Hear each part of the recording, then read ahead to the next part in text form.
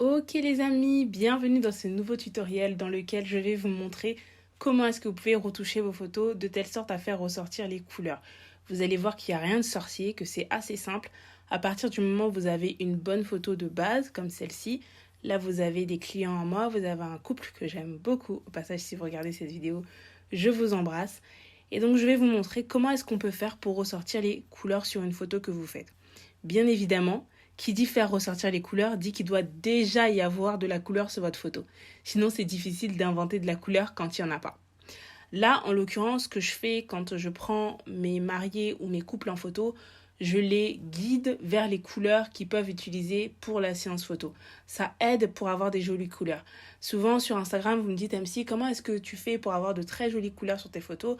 En fait, ça commence déjà en amont en disant à mon couple de bien s'habiller, en disant à mon couple de mettre des choses qui leur vont bien au teint.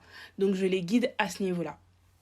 Donc là, Amandine, ma cliente, a une robe très rouge et Kevin, son mari, a un costard saumon. Donc, je vais vous montrer, vous voyez que là, la photo, elle est un petit peu sombre au niveau du bas. Donc, je vais vous montrer tout de suite comment est-ce que vous pouvez faire pour avoir des couleurs qui sont pétantes. Vous allez voir, c'est très très simple. Alors, la première chose que vous voyez, c'est que l'arrière-plan de ma photo est assez surexposé. D'accord? On ne voit plus les détails sur les murs parce qu'il y avait le soleil qui était derrière eux. Donc, qu'est-ce que je vais faire? Je vais déjà sous-exposer ma photo. Je commence par faire ça ici. Hop, je la sous-expose un petit peu. Et je viens diminuer les hautes lumières pour retrouver du détail derrière. Vous voyez que tout de suite là, j'ai du détail qui est revenu sur ma photo. Ok. Ensuite, comme la photo s'est assombrie vu que j'ai diminué l'exposition, je vais toucher un petit peu au niveau des ombres pour éclaircir un petit peu. Hop. Et je vais toucher aussi au niveau des noirs vu que ma photo est sombre. Qui dit noir dit sombre. Voilà. Ok. Donc là, j'aime bien parce que j'ai du détail. La chemise de Kevin est redevenue plus foncée, donc on voit un peu plus de détails. Pareil pour le mur et pareil au niveau du ciel. Ok. Qu'est-ce que je fais? À ce niveau-là, j'aime bien. Donc je vais venir surexposer un petit peu, donc exposer à nouveau, pardon, ma photo. Hop, j'y vais légèrement. Moi, je fais jamais ça, ni ça. J'y vais toujours progressivement, d'accord? Et je vous encourage à faire la même chose. Donc, je remets un peu la luminosité comme elle était tout à l'heure. Ok.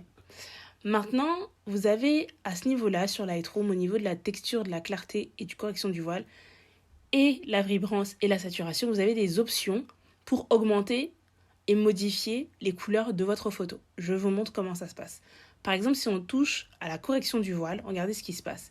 Si je vais vers la gauche, hop, vous voyez, tout de suite, en fait, la photo est déjà plus lumineuse et le rouge se voit mieux. Pareil, si je vais vers la droite, ça m'assombrit ma photo, mais ça rend mon rouge encore plus pétant. D'accord? Donc à vous de voir si vous voulez un effet rouge pétant, bien contrasté, parce que là, vous voyez, la peau d'Amandine, elle est tout de suite un peu plus sombre. Donc à vous de voir l'effet que vous voulez. Soit vous voulez un effet qui est plutôt lumineux comme ça, et après vous allez venir retoucher le rouge, ou est-ce que vous voulez quelque chose d'un peu plus contrasté? Moi, j'aime bien quand c'est un peu lumineux, donc je diminue légèrement. Voilà. Et là, je descends au niveau des couleurs et je vais m'attaquer à la couleur rouge, bien évidemment. Pourquoi est-ce que je m'attaque à cette couleur? Parce que c'est la couleur de la robe qui est comme ça. Et regardez ce qui se passe si je diminue à fond. Voilà, ça joue même au niveau de la teinte. Regardez les lèvres de Kevin, les lèvres d'Amandine, tout disparaît. Et même au niveau du costard de Kevin, il y a de la couleur qui part parce que ça veut dire qu'il y avait du rouge aussi. Malgré que son costard soit couleur saumon, il y a du rouge sur son costard. Donc, j'y vais progressivement, je reviens, j'augmente, jusqu'à ce que j'aime le rendu. Et je fais attention parce que comme il y a du rouge sur le visage de Kevin, j'ai pas envie que Kevin se retrouve trop rouge. Regardez, si j'augmente trop, tout de suite là, ses lèvres deviennent trop rouges, son costard aussi, dans ses cheveux il y a du rouge qui apparaît. Pourtant la robe est magnifique parce que là on a un très beau rouge. Mais il faut faire attention parce que le costard prend un coup. Donc je vais venir diminuer. Voilà. Jusqu'à ce que je ne vois plus les traces de rouge, voilà, sur la tête de Kevin. Là pour moi c'est parfait. Ok, donc là j'ai un très beau rouge. Ensuite, ce que je vais venir faire, c'est que je vais toucher à la courbe des tonalités ici. Et je vais venir légèrement éclaircir les tons sombres. D'accord? Parce que plus j'éclaircis les tons sombres, plus ça apporte de la luminosité à mes couleurs, plus mes couleurs deviennent pétantes. Hop, donc je touche à cette partie-là. Voilà. Ok, maintenant je trouve que ma photo est beaucoup trop fade. Donc j'aime les couleurs, il n'y a pas de problème. Mais je trouve ma photo un peu fade. Donc je vais venir apporter du contraste. Et le contraste, c'est quoi? Ce sont toutes les parties sombres. Donc je vais venir toucher au contraste qui est là et au noir. Donc on est parti. Tout petit peu. Voilà. Ça me rajoute en fait du détail. Pareil ici, je vais diminuer un peu les noirs. Voilà, ça me rajoute du détail. Ensuite, je vais toucher à la texture. Donc ça n'a rien à voir avec les couleurs. Mais c'est parce que je veux que la peau d'Amandine soit un peu plus lisse. Donc je vais reculer un petit peu ici. Voilà, parfait. Ok. Maintenant, si je veux que mon ciel, par exemple, soit un peu plus bleu. Et que mon vert aussi à l'extérieur, du moins derrière eux, soit plus vert, qu'est-ce qui se passe? Donc je touche à la partie bleue. Donc vous pouvez, comme vous voyez que mon ciel il est beaucoup trop lumineux, vous pouvez déjà commencer par la luminance et diminuer le bleu. Regardez ce qui se passe, vous voyez? Voilà. Et vous pouvez aussi augmenter. Hop, voilà. Ok, maintenant je vais venir toucher au vert. Je peux augmenter les verts aussi à fond. Mais j'aime pas quand c'est trop. Donc je reste comme ça. Je vais diminuer un petit peu pour qu'il ressorte bien. Voilà, parfait. Vous pouvez aussi toucher au jaune. Alors, vous voyez, le jaune, quand vous allez toucher au jaune, regardez ce qui va se passer si vous désaturez complètement. Là, il y a écrit quoi? Saturation. Donc, si vous désaturez complètement, voici ce qui se passe. Boum, votre photo devient grise. Pour ceux qui aiment cet effet-là, à chaque fois que vous voulez une photo avec un effet, avec les blancs qui deviennent un peu gris, au lieu d'avoir le blanc qui tire beaucoup vers le jaune, si je fais ça par exemple, et ben vous pouvez toucher juste ici au jaune, diminuer un petit peu et ça vous transforme ça presque en gris, le jaune disparaît complètement.